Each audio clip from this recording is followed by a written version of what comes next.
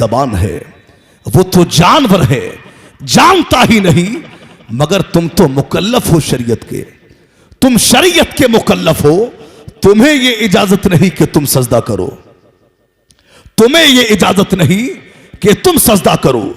तभी तो मेरे इमाम ने कहा है, पेशे नजर वो नौबहार, सजदे को दिल है बेकरार, रोकिए सर को रोकिए, यही तो इम्तिहान है। सुराई की आवाज कम करें, डब्बे की आवाज खोले। रोकिए सर को रोकिए, यही तो इम्तिहान है। डब्बे की आवाज खोलिए। आप देखिए, आला हजरत ने हदीस को लिखा है। अब सहाबा ने कहा, आका हमें इजाजत दें, तो सरकार ने फरमाया कि तुम्हें इजाजत नहीं कि तुम सजदा करो, तुम्हें इजाजत नहीं कि तुम सजदा करो। आला हजरत तो लिखते हैं कि सिवाय खुदा के किसी को ताजीमी सजदा करना भी हराम है। और आला हजरत ने फतावा रज़विया शरीफ में लिखा कि कब्रों पर सजदा करना यह बिल इत्तेफाक हराम है। औलिया अल्लाह के मज़ारात पर तवाफ करना ये बिल इत्तेफाक हराम है। अब आइए जरा हम अपने मुआशरे का जायजा ले, तो आज हमारे मुआशरे के क्या हालात हैं। आज हमारे मुआशरे में मेरे भाई, आज पूरी दुनिया में औलियाए कामिलीन और बुजुर्गान दीन के चाहने वाले लोग आज पूरी दुनिया में रहते हैं, और पूरी दुनिया में जहां जहां भी अल्लाह के वलियों के मज़ारात हैं, आज लोग पूरी दुनिया में औलिया अल्लाह के मज़ारात पर जाते हैं। अब जाने वालों में कुछ आलिम भी हैं, कुछ गैर आलिम भी है, कुछ पढ़े लिखे भी है, कुछ अनपढ़ भी है। अब मेरे भाई, आलिम जाते हैं, पढ़े लिखे जाते हैं, वो तो जानते हैं कि वलियों की बारगाहों में हाजिरी का तरीका क्या होता है, मगर जो कम पढ़े लिखे लोग हैं वो बेचारे वलियों की अकीदत में जाते हैं। मैं कहता हूं कि अकीदत होना चाहिए, मैं कहता हूं अल्लाह के वलियों से प्यार होना चाहिए, मगर इसके साथ में इतना इल्म भी होना चाहिए, हमें ये मालूम भी होना चाहिए कि अल्लाह के वलियों की बारगाहों में हाजिरी का तरीका क्या होता है। अल्लाह अकबर। आज बेचारा एक कम पढ़ा लिखा इंसान जब अल्लाह के वलियों की बारगाह में जाता है, वहां जाकर वो दुरूद व सलाम भी पढ़ता है, वो फातिहा खानी भी पढ़ता है, वो वहां सलाम भी पढ़ता है, सूरह फातिहा भी पढ़ता है, मज़ारात पर चादर भी चढ़ाता है, मगर वो कम इल्मी की बुनियाद पर, यानी वो ला इल्मी की बुनियाद पे वो अपने सर को बारगाहों में झुका देता है, यानी बारगाहों में, यानी मज़ारात पे वो अपना माथा टेक देता है। यानी इंसान का मकसद ये नहीं होता कि मैं माथा टेक रहा हूं, उसका मकसद ये नहीं होता कि मैं अल्लाह के वली को सजदा कर रहा हूं, यानी उसकी नियत ये नहीं होती कि मैं सजदा कर रहा हूं। मगर आज गैर लोग इसी बात को देखकर अहले सुन्नत का मजाक उड़ाते हैं, अहले सुन्नत को बदनाम करते हैं, और वो कहते हैं ये औलिया अल्लाह के मानने वाले, ये अहले सुन्नत वल जमात से ताल्लुक रखने वाले, ये आला हजरत को मानने वाले, ये आला हजरत को मानने वाले ये क्या करते हैं, ये अल्लाह के वलियों की बारगाहों में सजदे करते हैं, वो अहले सुन्नत को बदनाम करते हैं।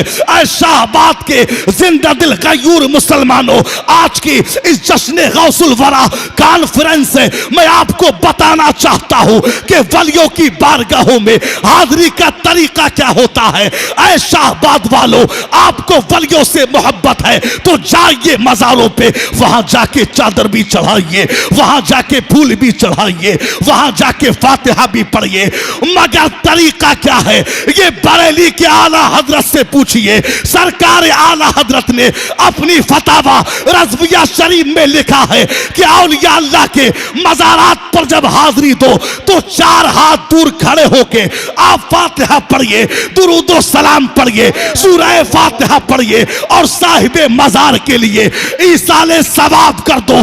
कसम खुदा की, जब इस तरीके से हम बारगाहों में हाजिर होंगे तो हमसे साहिबे मज़ार भी राजी हो जाएगा, परवरदिगार भी राजी हो जाएगा। नारे तकबीर, अरे मोहब्बत से बोलो यार, नारे तकबीर, नारे रिसालत, मसलके आला हजरत, फैज़ाने आला हजरत, फैज़ाने हुजूर मुफ्ती आज़म हिंद, फैज़ाने हुजूर ताज शरिया, बस्ती बस्ती करिया करिया, इश्क मोहब्बत, नारे तकबीर।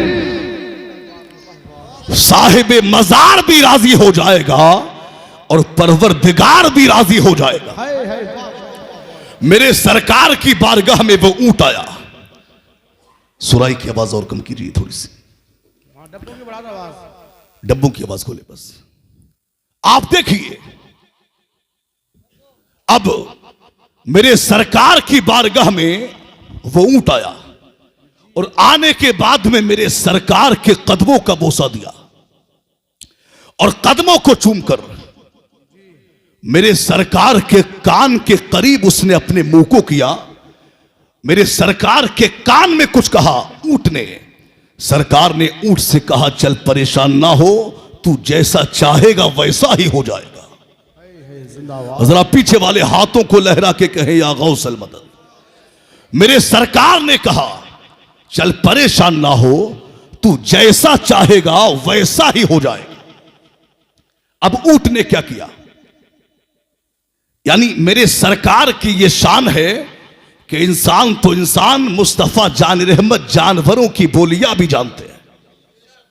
अब आइए देखिए, एक सरकार से मोहब्बत करने वाला, एक सरकार का गुलाम, एक सरकार से अकीदत करने वाला, उसके दिल के अरमान होते हैं, यार जब अल्लाह मुझे दौलत देगा एक दिन मैं गुंबदे खजरा में जाऊंगा, सरकार के रोजे पर हाजिर होके मैं अपने दिल का दर्द वहां सुनाऊंगा। अब सरकार का दीवाना बेचारा रक्षा चला चला के, मजदूरी कर करके, खून पसीना बहा के वो बेचारा दौलत जमा करता है, पैसा जमा करता है और सरकार की बारगाह में हाजिर होता है और गुंबदे खजरा के सामने खड़े होके वो सरकार की बारगाह में अपने हाल को सुनाता है, अपने दिल का दर्द सुनाता है। अब एक बदअकीदा वहां आ जाता है और वो कहता है, अरे आप ये किससे बातें कर रहे हो? ये तो माज़अल्लाह मर के मिट्टी में मिल गए, ये तो मर के मिट्टी में मिल गए हैं, आप ये किनसे बातें कर रहे हो?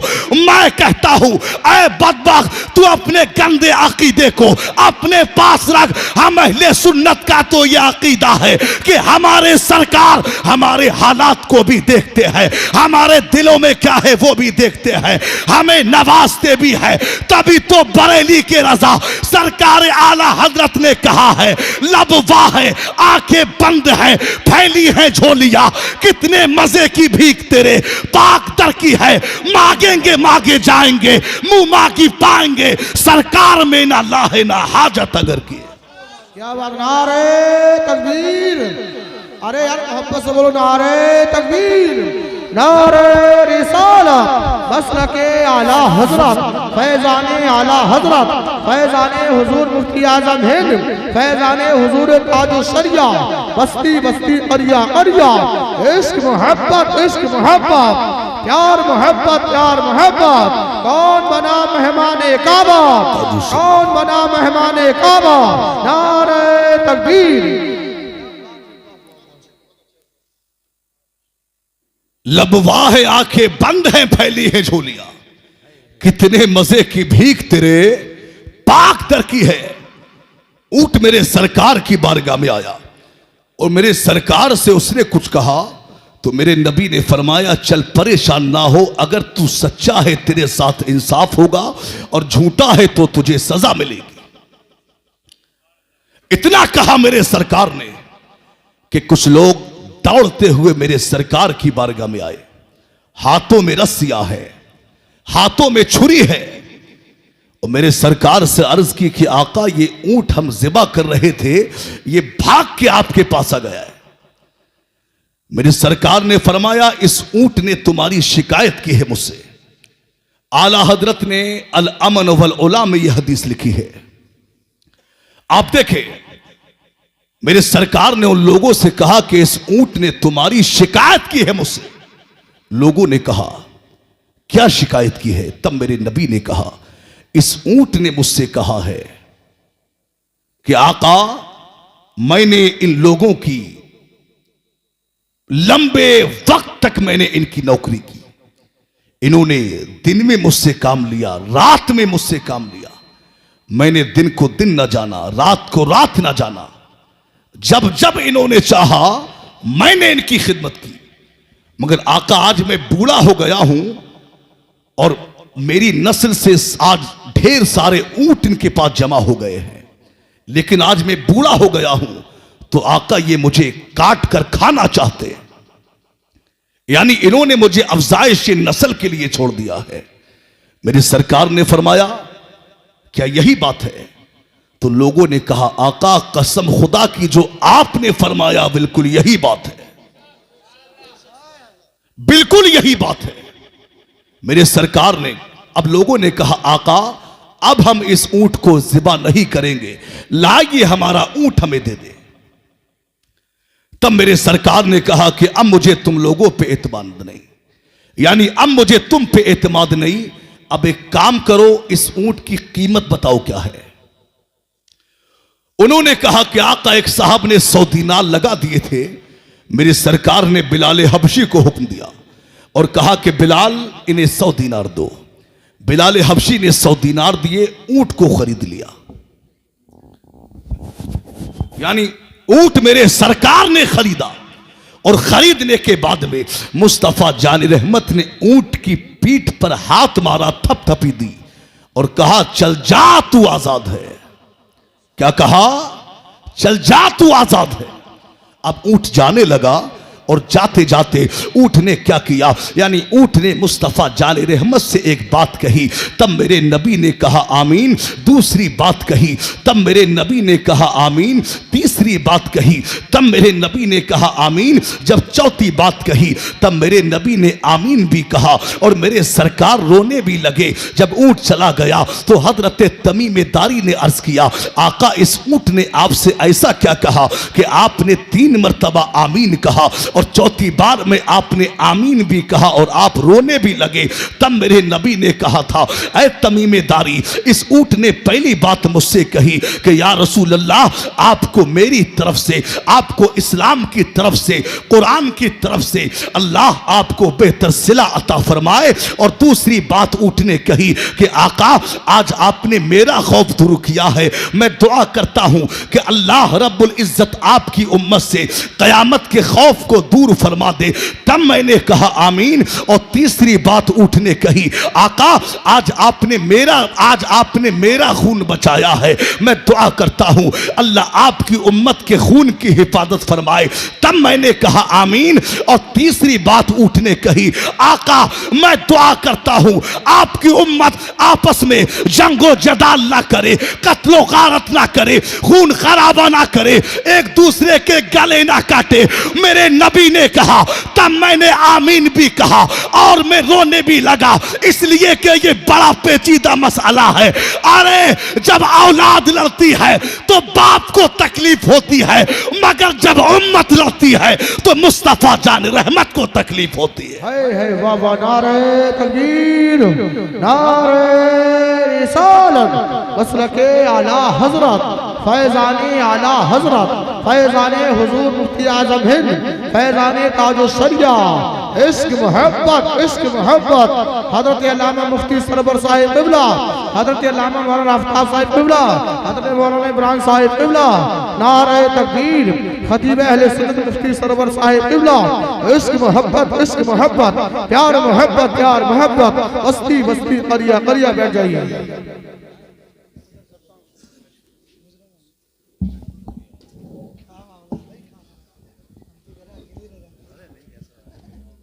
माशाल्लाह, आपने देखा नारों की गूंज में उस्ताजुल उलमा,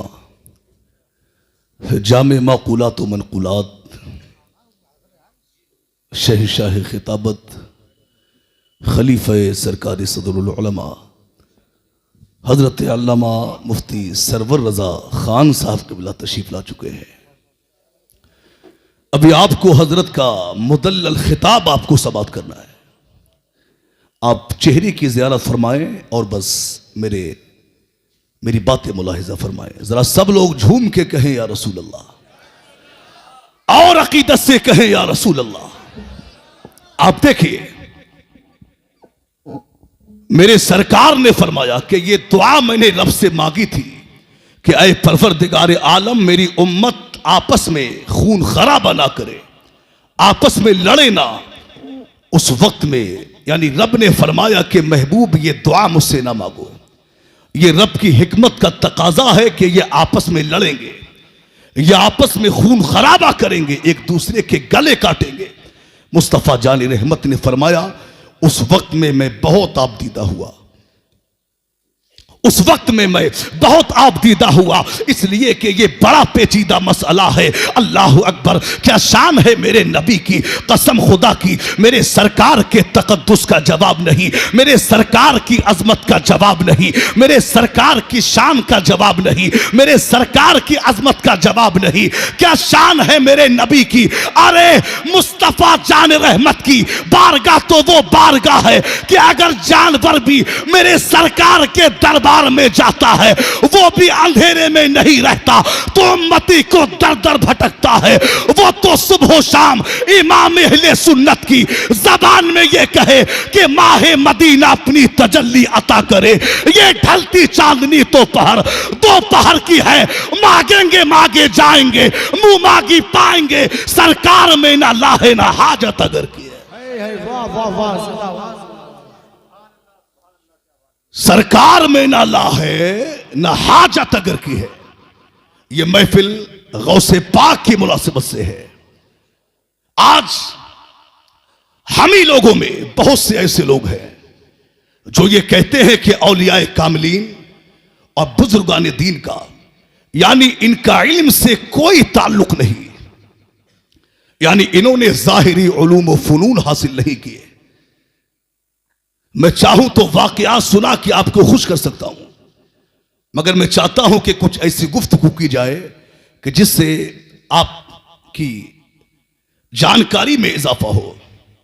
आप देखिए, आज लोग कहते हैं कि औलिया अल्लाह ने जाहिरी उलूम हासिल नहीं किए,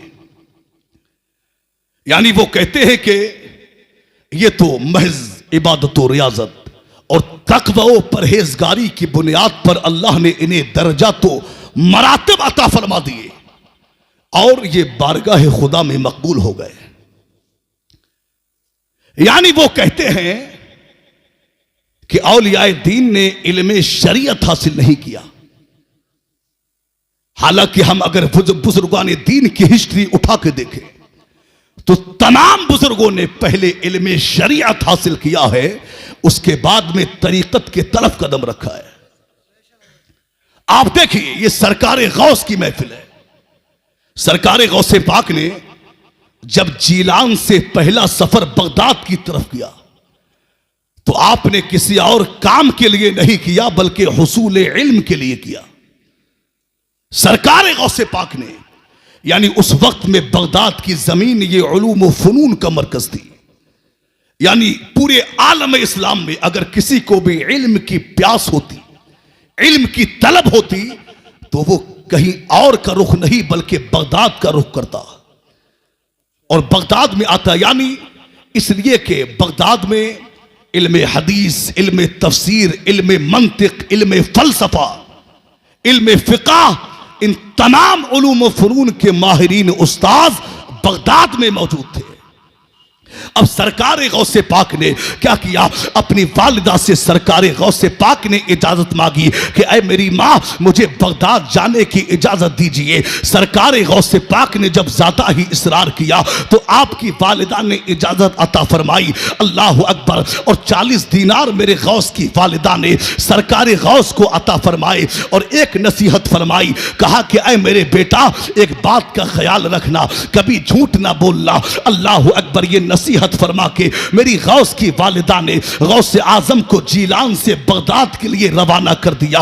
अब गौसे आजम बगदाद में पहुंच जाते हैं और बगदाद में जगत उलमा से आपने इल्म दीन हासिल किया, उलूम व फनून हासिल किए। अल्लाह अकबर। अब याद रखना मुसलमानों, इंसान जब किसी नई जगह पर जाता है तो वहां जाने के बाद में बड़े अखराजात होते हैं, बड़े खर्चे होते हैं। सरकार गौसे पाक जब बगदाद में गए तो वहां आपको कोई जानता नहीं था, कोई पहचानता नहीं था। छोटी सी उम्र है, बगदाद में पहुंच गए, अब मदरसे में इल्म हासिल कर रहे हैं। अल्लाह अकबर। सरकार गौसे पाक के पास में 40 दीनार है। अब जब 40 दीनार खत्म हो गए तो सरकार गौसे पाक ने अब क्या किया, अगर भूख लगती है मेरे गौस को तो आप पत्ते खा के गुजारा करते हैं, प्यास लगती है तो पानी पी के गुजारा करते हैं, यानी भूख लगती है तो पत्ते खाते हैं, प्यास लगती है तो पानी पीते हैं। इल्म दीन हासिल कर रहे हैं, मुस्तफा जान रहमत का यानी इल्म दीन इल्म शरीयत हासिल कर रहे हैं।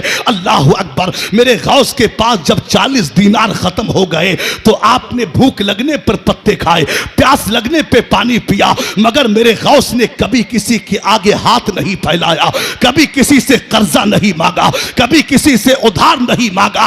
अरे वो मांगते भी कैसे, वो जानते थे एक वक्त आने वाला है मुझे गौसे आजम बनना है, इन हाथों से मुझे लेना नहीं है बल्कि इन हाथों से मुझे खजाने बांटना है। तभी तो कहा है, तभी तो कहने वाले ने कहा है कि उनकी शान तो ये है, कसम खुदा की उनकी शान ये है, आता है फकीरों पे उन्हें प्यार कुछ ऐसा, खुद भीख दे और खुद कहे मांगते का भला हो, दिल दर्द से बिस्मिल की तरह लौट रहा हो, सीने पे तसल्ली को तेरा हाथ धरा। वाह वाह वाह, क्या बात है। अगर बात ज़हन नशी होती हो तो आहिस्ता से कहे या रसूल अल्लाह। सीने पे तसल्ली को तेरा, जरा बोल के, सीने पे तसल्ली को तेरा हाथ धरा हो। आप देखिए सरकार गौस ने इल्म हासिल किया।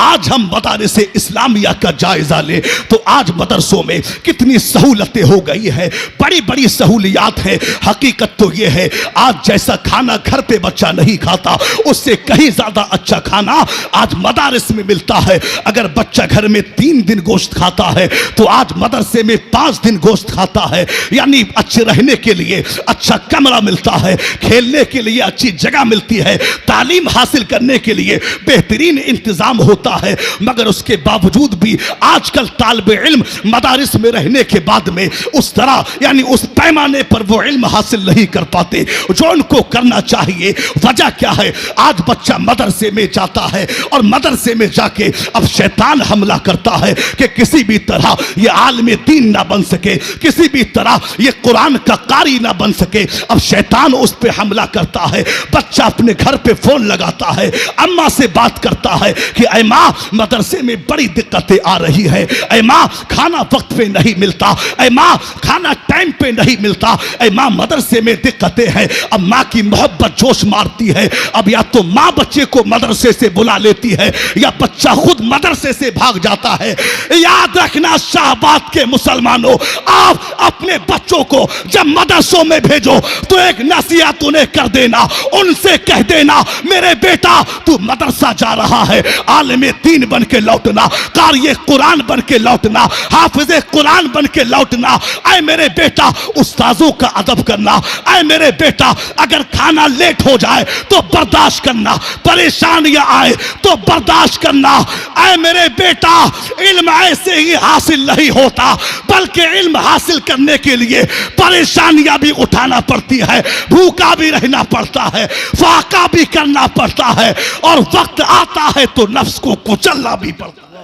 नारे तकबीर, नारे रिसालत, मसलके आला हजरत, फैजाने आला हजरत, इश्क मोहब्बत, फैजाने हुजूर मुफ्ती आज़म हिंद, फैजाने ताजो शरिया, नारे तकबीर। सरकार गौसे पाक ने इल्म हासिल किया। आज लोग कहते हैं कि शरीयत अलग है, तरीकत अलग है।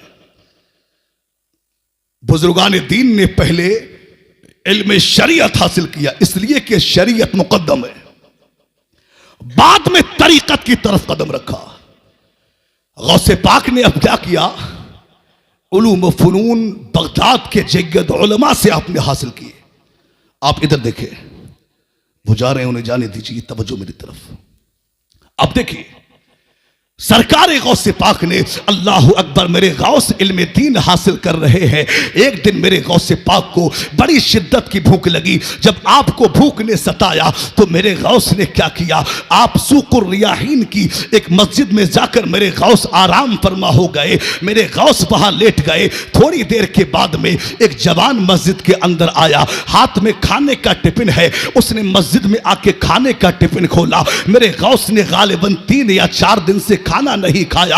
अब जब खाने की खुशबुएं फैली तो मेरे गौस के पास भी खुशबुएं गई। वो जवान खाना खाने लगा। मेरे गौस को देखा तो पास में आ गया, कहा आप भी खाना खा लीजिए। गौस पाक ने इनकार किया, मगर जब उसने ज्यादा ही इसरार किया और कसमें देने लगा तब मेरे गौस ने खाना खाया। और खाना यानी मेरे गौस पाक ने कुछ लुक़्मे खाए। उसके बाद में उस जवान ने मेरे गौस पाक से पूछा, आप एक बात बताइए, आप कहां से आए हैं? तो गौसे पाक ने फरमाया, मैं जीलान से आया हूं। तो उसने कहा, अरे जीलान से तो मैं भी आया हूं। अब उसने कहा, एक बात बताइए, आप जीलान से एक बच्चा आया है जिसका नाम अब्दुल कादिर है, कि आप उसको जानते हो? तो सरकार गौस ने फरमाया, अरे अब्दुल कादिर नाम तो मेरा ही है। जब नाम बताया उसका चेहरा मुतगय्यर हो गया, उसका चेहरा तब्दील हो गया और मेरे गौस से माफिया मांगने लगा, गौस पाक से माजरत तलब करने लगा। और उसने कहा,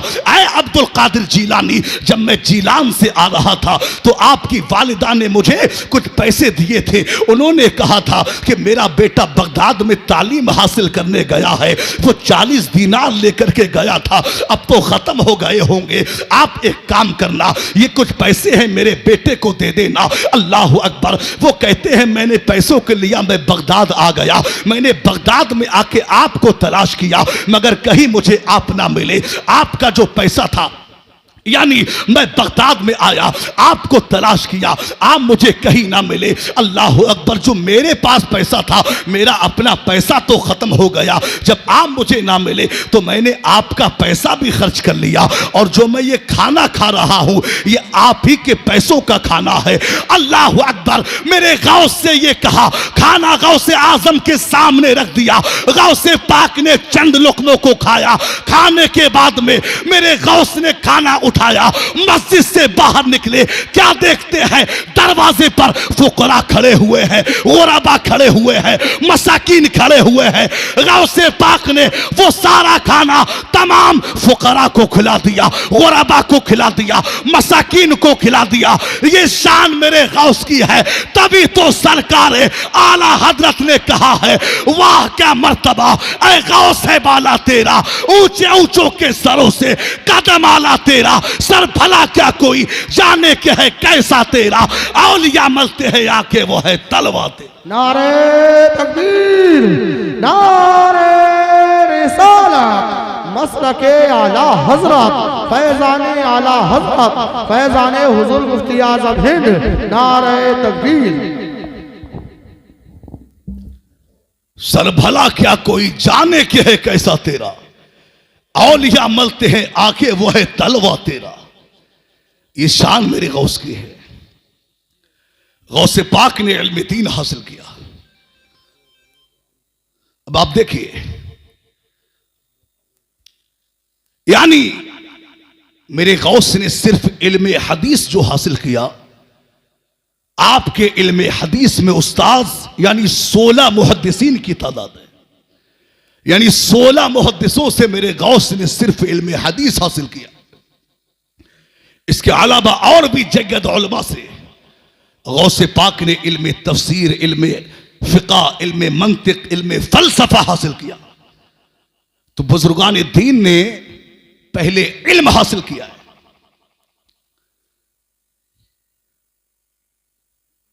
मेरे भाई, ये है पीर। अल्लाह जब किसी को विलायत देता है तो पहले उसे इल्म की दौलत से माला माल फरमा देता है। आज तो ऐसे ऐसे पीर मार्केट में आ गए, अल्लाह अकबर, कि उन्होंने कौम का बेड़ा गर्क करके रख दिया।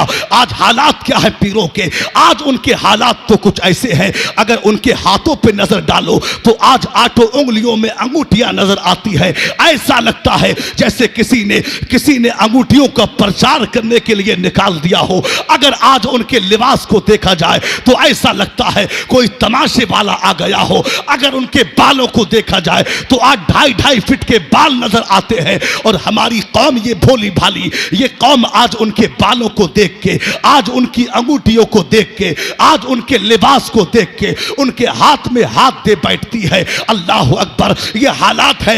ऐसा बात के मुसलमानों कान खोल करके सुन लो, आप किसी पीर से उसका लिबास देख के मुतासिर न होना, उसके हाथों में अंगूठियां देख के मुतासिर न होना। अरे आपको पीर देखना है तो लिबास सादा ही सही, टोपी जाली की ही सही, मगर आलिम दीन देखिए, कुरान आलिम दीन देखिए, नमाजी देखिए, सही अकीदा देखिए, मसलक के आला हजरत का वफादार देखिए। ऐसे पीर के हाथ में हाथ दे दो, कसम खुदा की, वो जब तक जिंदा रहेगा दुनिया में तुम्हारी रहबरी करता रहेगा और मरने के बाद वो तुम्हें तन्हा नहीं छोड़ेगा बल्कि अपने साथ में जन्नत में लेकर के जाए। वाह वाह वाह वाह, सुभान अल्लाह, जिंदाबाद जिंदाबाद, बहुत खूब हजरत। मगर आज हमारी कौम क्या देखती है कि पीर साहब का ताल्लुक किस खानका से है, कौन से मजार पे बैठते हैं। मेरे भाई, शरीयत ने यह नहीं कहा। मैं कहता हूं कि साहिब मजार को अल्लाह ने बड़ी खुसूसियात अता फरमाई, मगर वहां बैठने वाला फासिक हो, बेनमाजी हो, जाहिल हो, बदअकीदा हो तो शरीयत ने यह नहीं कहा कि आप उससे मुरीद हो जाइए। मगर आज हालात क्या है? आज हमारी कौम जब मुरीद होना चाहती है तो पहले वो देखती है कि पीर साहब का ताल्लुक कहीं कहां से है। यानी पीर जाहिल ही सही, पीर फासिक ही सही, पीर कैसा ही सही, मगर कौन से मजार पे बैठता है। याद रखना मुसलमानों, आप इन जाली पीरों के चक्कर में ना पड़ो। मैं तो कहता हूं अगर आपको पीर देखना है तो सबसे बेहतर पीर आपके लिए आपकी मस्जिद का इमाम, अगर साहिब इजाजत है, अगर खिलाफत उसके पास है, अगर इजाजत उसके पास है, तो सबसे बेहतर आपके मस्जिद का इमाम आपका पीर हो सकता है। आप अपने इमाम के हाथ में हाथ दे दो, वो जब तक दुनिया में रहेगा तुम्हारी रहनुमाई करता रहेगा। मरने के बाद तुम्हें तन्हा नहीं छोड़ेगा बल्कि मरने के बाद भी तुम्हारी रहनुमाई करता रहेगा।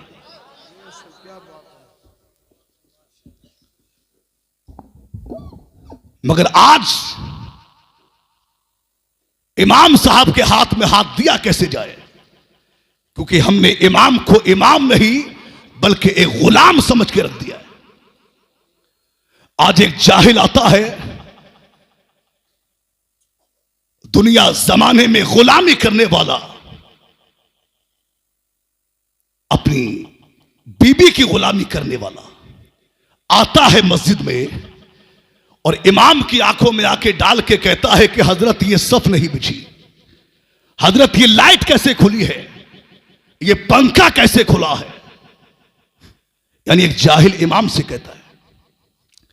और हालात तो कुछ ऐसे हो गए कि अगर इमाम बेचारा मुसल्ले पे 2 मिनट अगर लेट हो गया पहुंचने में तो आज खासकर अगली सबके लोग बातें करने लगते हैं एक दूसरे के कान में, यार इमाम साहब बहुत लेट करते रहते हैं, यार इमाम साहब वक्त पे नहीं आते। अरे कभी अपनी अकल के घोड़े भी दौड़ाया करो आप, यानी अपने अकल के घोड़े दौड़ाया करो। यानी आप ये जान सकते हैं कि आपका इमाम अगर लेट हुआ है तो इसका मतलब ये नहीं कि वो हुजरे में बैठ के फोन चला रहा है। इमाम अगर लेट हुआ है तो इसका मतलब ये नहीं वो किसी खुराफात में बिजी है। याद रखना मुसलमानों, कभी अकल अपने जहन को चलाया करो और सोचा करो, हो सकता है कि आपका इमाम उससे बैतुल खला जाने की हाजत हो, कोई मुक्तदी आके उससे पहले बैतुल खला में चला गया इसलिए वो लेट हो गया हो, या वुजू करने में लेट हो गया हो, या गुस्ल करने में लेट हो गया हो।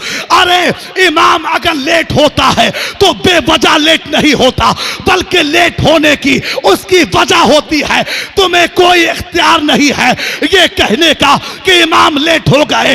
याद रखना, इमाम बादशाह है, तुम गुलाम हो।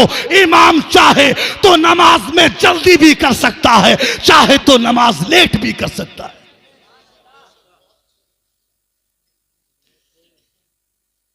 मेरे भाई, तो अपने इमामों की कदर करो। ये उलमा मुस्तफा जाने रहमत के वारिस हैं, अंबिया के वारिस हैं, ये नाइबीन रसूल हैं। याद रखना, अगर आपने इनकी खिदमतें की, अगर वुजू के लिए एक लोटा पानी भी दिया, तो कयामत के दिन ये एक लोटा पानी देने की बुनियाद पे आपकी शफाअत भी कर सकते हैं। और अगर आपने इनकी बुराइयां की, इनका दिल दुखाया, तो आपकी दुनिया और आखिरत बर्बाद भी हो सकती है। तो ये महफिल है गौसे पाक की।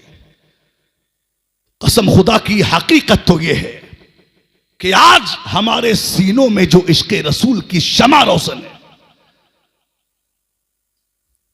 ये दिन किसी दुनियादार की नहीं, बल्कि इन्हीं उलमा की देन है, इन्हीं आलिमों की देन है। बुजुर्गान दीन ने हर मैदान में काम किया, हर फील्ड में उन्होंने काम किया है। जहां दरसो तदरीस का काम किया, वही उन्होंने मुजाहिदाना किरदार भी अदा किया है, वही इस्लाम को भी फैलाया है। और हकीकत तो यह है कि आज हमारे सरों पर जो टोपियां रखी हुई है, ये देन गरीब नवाज की देन है। इस्लाम हिंदुस्तान में गरीब नवाज ने फैलाया, मगर जब उसी इस्लाम पर हमला हुआ तो अल्लाह ने इस्लाम की हिफाजत के लिए बरेली में इमाम अहमद रजा को पैदा कर दिया। बातें जहन में बहुत सी हैं, मगर कारी वसीम साहब का हुक्म है कि प्रोग्राम 12 बजे तक इसको यानी इख्तिताम करना है। और अभी बेहतरीन खिताब, खुसूसी खिताब उस्ताजुल उलमा हजरत अल्लामा मुफ्ती सरवर रजा साहब क़िबला का आपको सुनना है। इसलिए बस मैं जल्दी जल्दी कुछ बातें कह के रुखसत हो रहा हूं। तो इस्लाम फैलाया गरीब नवाज ने, और जब इस्लाम पर हमला हुआ तो बचाने के लिए कोई प्रधान जी नहीं आए, बल्कि एक आलिम दीन ने हमारे सीनों में हमारे अकायद की, हमारे ईमान की हिफाजत फरमाई। आप देखिए, वो 1857 का दौर आप याद करें, जब अंग्रेजों ने मुसलमानों के ईमानों अकायद पर हमला किया, यानी मुसलमानों को, इस्लाम को मिटाने की कोशिशें की। अल्लाह अकबर, उस वक्त में मेरे आला हजरत ने मुसलमानों के ईमानों अकायद को बचाया। अल्लाह अकबर, मेरे इमाम की मुखालफत हुई, मेरे आला हजरत की मुखालफत हुई। आला हजरत के यानी चारों तरफ से तलवारें हैं, चारों तरफ से दुश्मन लगे हुए हैं। अब आला हजरत ने क्या किया, मेरे इमाम ने अपने हुजरा को बंद किया और हुजरे को बंद करके इस्तिगासा पेश किया मुस्तफा जान रहमत की बारगाह में। और मेरे इमाम ने कहा, या रसूल अल्लाह, एक तरफ आदाए दी, एक तरफ है हासिदी, बंदा है तन्हा शाह, तुम पे करोड़ों दुरूद। मुस्तफा जान रहमत की नुसरत ने, मेरे सरकार की नुसरत ने कहा, मेरे सरकार की रहमत ने कहा, अहमद रजा तू तन्हा नहीं है, नबी की हिमायत रहमत तेरे साथ है। रुकिया गौसे रुकिया, मेरे इमाम ने बगदाद की जानिब जुमले यही है, एक तरफ आदाए दी, एक तरफ है हासिदी, बंदा है तन्हा शाह, तुम पे करोड़ों दुरूद। गौसे पाक की नुसरत ने कहा, अहमद रजा तू तन्हा नहीं है, अब्दुल कादिर की नुसरत तेरे साथ है। रुकिया गौसे रुकिया, मेरे इमाम ने अजमेर की जानिब जुमले यही है, एक तरफ आदाए दी, एक तरफ है हासिदी, बंदा है तन्हा शाह, तुम पे करोड़ों दुरूद। फिरोज तो गरीब नवाज की नुसरत ने कहा, ऐ अहमद रजा तू तन्हा नहीं है, ख्वाजा हसन की हिमायत तेरे साथ है। नबी पाक की रहमत मिली, गौसे पाक की हिमायत मिली, गरीब नवाज की नुसरत मिली, बुजुर्गान दीन का करम मिला, और चलते चलते मेरा इमाम इश्क के उस मकाम पर फाइज हो गया कि सब उनसे जलने वालों के गुल हो गए चिराग। अहमद रजा की शम्मा फिरोजा है आज। नारे तकबीर, नारे रिसालत, मसलके आला हजरत, फैजानी आला हजरत। सब उनसे जलने वालों के गुल हो गए चिराग। अहमद रजा की शम्मा फिरोजा है आज भी। बातें बहुत सी कहने को थी, मगर इंशाअल्लाह हजरत का खिताब अब सुनना है।